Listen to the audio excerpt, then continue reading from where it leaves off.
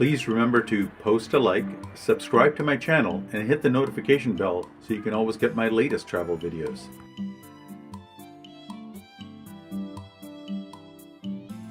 Advaiva. Good day from Estonia. I'm in Tallinn, and behind me is the Estonian Parliament.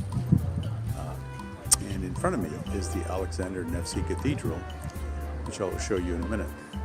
That way, over there, about 100 kilometers, is the Russian border. That way, past the Parliament, about 50 kilometers across the Bay of Finland, is Helsinki. This Parliament is having some difficulty right now because of the Russian situation, so they're flying the Estonian flag and the Ukrainian flag.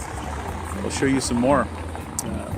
So from where I was standing, you can see the Alexander Nevsky Cathedral, and you can see the very interesting cross at the top. It's an Orthodox Russian church. I'm going to try to go in there. And it's a very imposing structure because it overlooks the Estonian Parliament.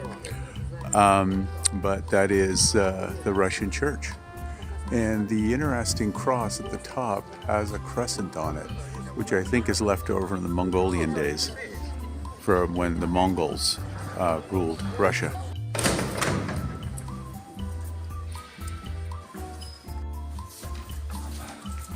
I showed you what I could from inside the church. Photography or video cameras are not allowed, and neither is talking. It is free to enter. It's quite an impressive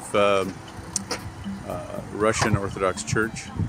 No seats inside, as is typical. So far, my impression of Tallinn is it's a very cute, very efficient, and quite a pretty city with a fairly decent public transit system. I'm going to show you some more. To get from the Tallinn airport to the city center, just take the number 2 tram. It leaves from just in front of the airport. It's a very scenic way to see Tallinn. It takes about 25 minutes to get to the city center. Credit cards are accepted on the tram, so you don't even have to buy any tickets. The currency in Estonia is the euro. However, I'd never had to use any cash for my week-long stay in Estonia. I use my credit card everywhere for everything. Foods to try in Estonia. Vulu Sista, made of sprats, which is an oily fish similar to a sardine.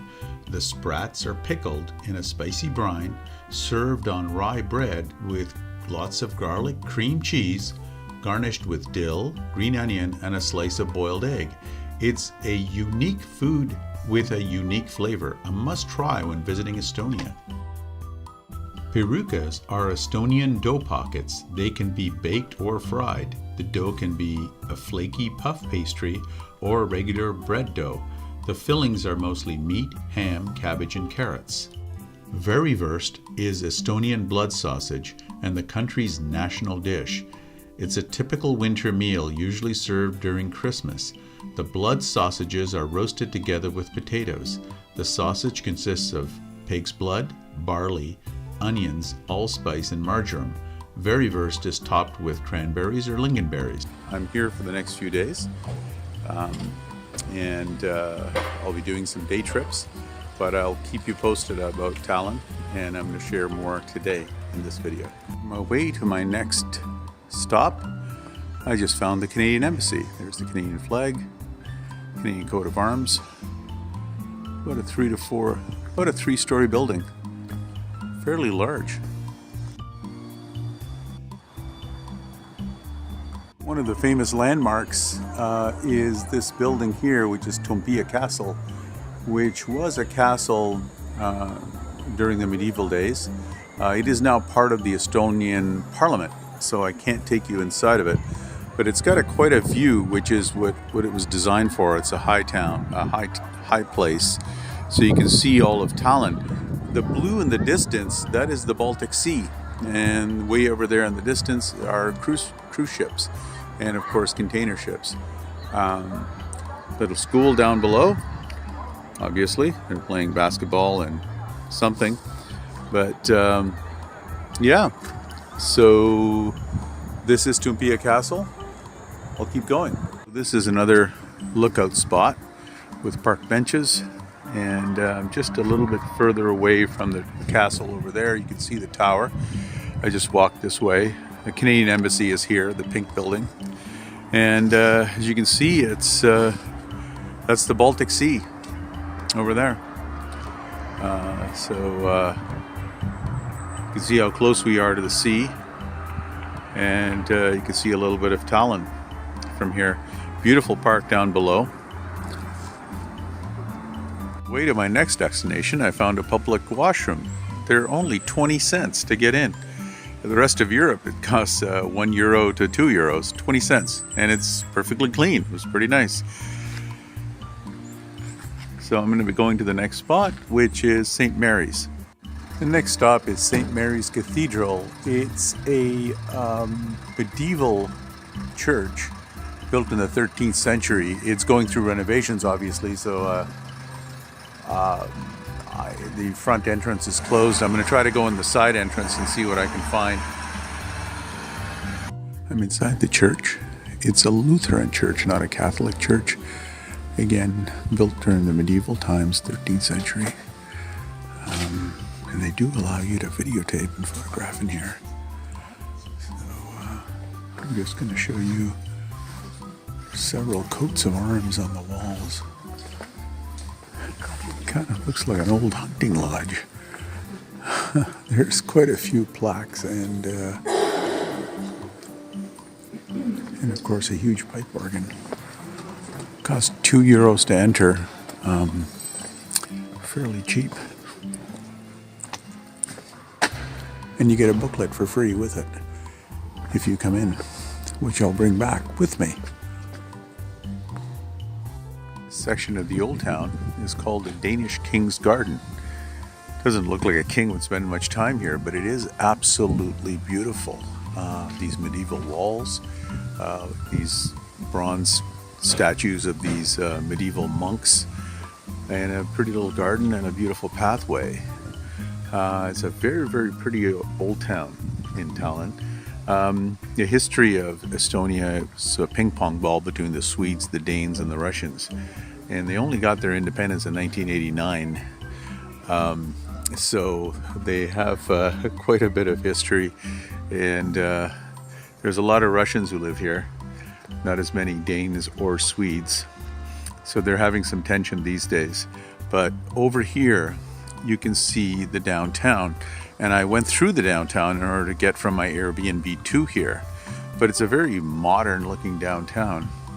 And then there's this old town. Not sure what that cathedral is there, but I will find out for you. So that is St. Nicholas Church. It is closed currently, so we can't go in there at all. There is a museum inside, but apparently everything's closed. Over there in the distance is St. Olaf's Church, which at one time was the tallest building in the world.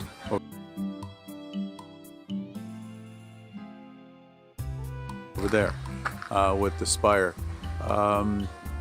And I'll talk more about that a little bit later. So again, this is the view of St. Nicholas Church from the main street. We saw it from up on the hill, and there's Alexander Nevsky Cathedral with that very interesting and strange looking Russian Orthodox church cross. And we're going to be entering the main area of the town, the lower old town. And I'll show you some more soon. As every European city has in their old town, there is an old town square, the original square of the town. I'm going to show it to you here in Tallinn. So you can always tell that's not a church, but a town hall, because it'll have a clock on it. And so you can find that everywhere. And there's the Estonian flag, and that must be the flag of Tallinn. I'm not really sure of the pronunciation of Tallinn yet. I tried to ask someone and they didn't want to tell me. On the bus, they probably thought I was weird. But that is the town hall, and this is the main Old Town Square. It's quite pretty. It's not as large as the one in Krakow, which is in Poland, but it is quite a nice Old Town Square. The next stop is the embassy of the Russian Federation. You can see they've got a fence around, and they've posted a lot of Ukrainian flags and Putin is a murderer and all this stuff. Lots of tension here because of the proximity of Russia. 35% of Estonia's population are ethnic Russians. The Russians are not immigrants. They've been here for generations, and even after Estonia got their independence from the former Soviet Union in 1989, the ethnic Russians stayed because Estonia is their home also. The Russian Federation and Ukrainian flag over there, and on the Swedish embassy, which is over here, you've got another Ukrainian flag flying from their balcony. What I wanted to show you is the amount of trade these countries must be doing. There's the Swedish embassy, it's fairly large, and there's the Russian embassy, that's also fairly large, much larger than the Canadian embassy that we saw. So over here are some very, very beautiful Art Nouveau buildings on this in the old town here. They have a Tallinn Russian museum. Not really sure what that is. I'm going to find out. So a close-up view of the Swedish embassy with the Ukrainian flag on the front balcony. The Russian museum will be open on Friday. There was a ticket lady there. She was speaking Russian with her friend.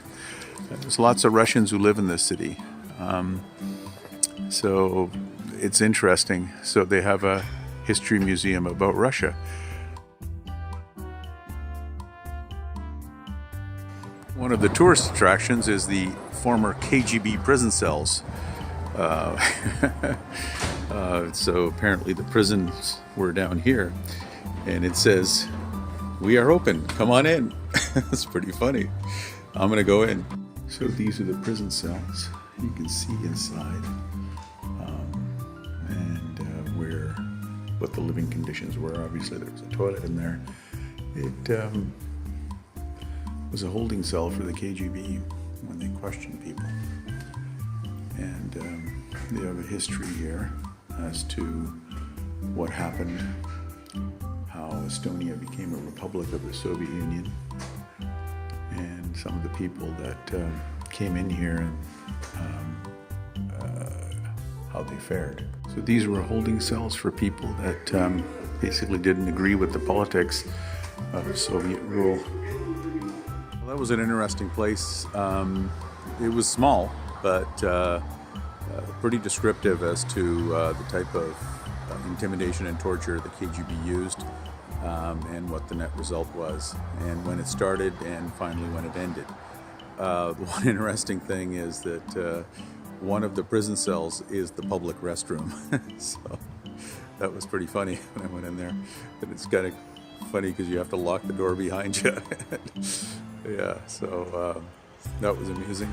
But overall, it was a very good experience. It was obviously moving, but it wasn't terrifying. Like I've been to other concentration camps, Nazi concentration camps. This one wasn't terrifying, but it was pretty intense. Okay, moving on. So this is St. Olaf's Church, which at one time between 1100 and 1300, this was the tallest church in the world, tallest building in the world, in fact. And then the next building that took over was the Cathedral of Strasbourg, which we saw on our last trip. The top of the tower burned down, so it kind of reduced the height of the church. But I'm going to try to see if I can get in there. This is the inside of St. Olaf's Church. It is free to enter, but if you want to go up the tower, it costs €5, which I didn't want to do. It is a Lutheran church, very sparse, very simple, unlike a Catholic church, as you can see. And the tower is 123.7 meters high. That is the top of the spire, is 123.7 meters high. That's what it is today. It once was 150 meters, but the top 25 burned down. This was once the tallest building in the world, St. Olaf's Church, and in the medieval times, in between 1100 and 1300.